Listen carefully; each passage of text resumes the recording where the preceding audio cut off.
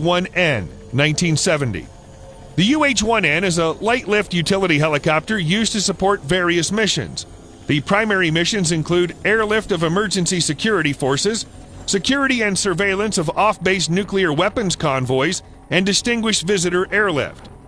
Other uses include disaster response operations, search and rescue, medical evacuation, airborne cable inspections, support to aircrew survival school, aerial testing, routine missile site support, and transport.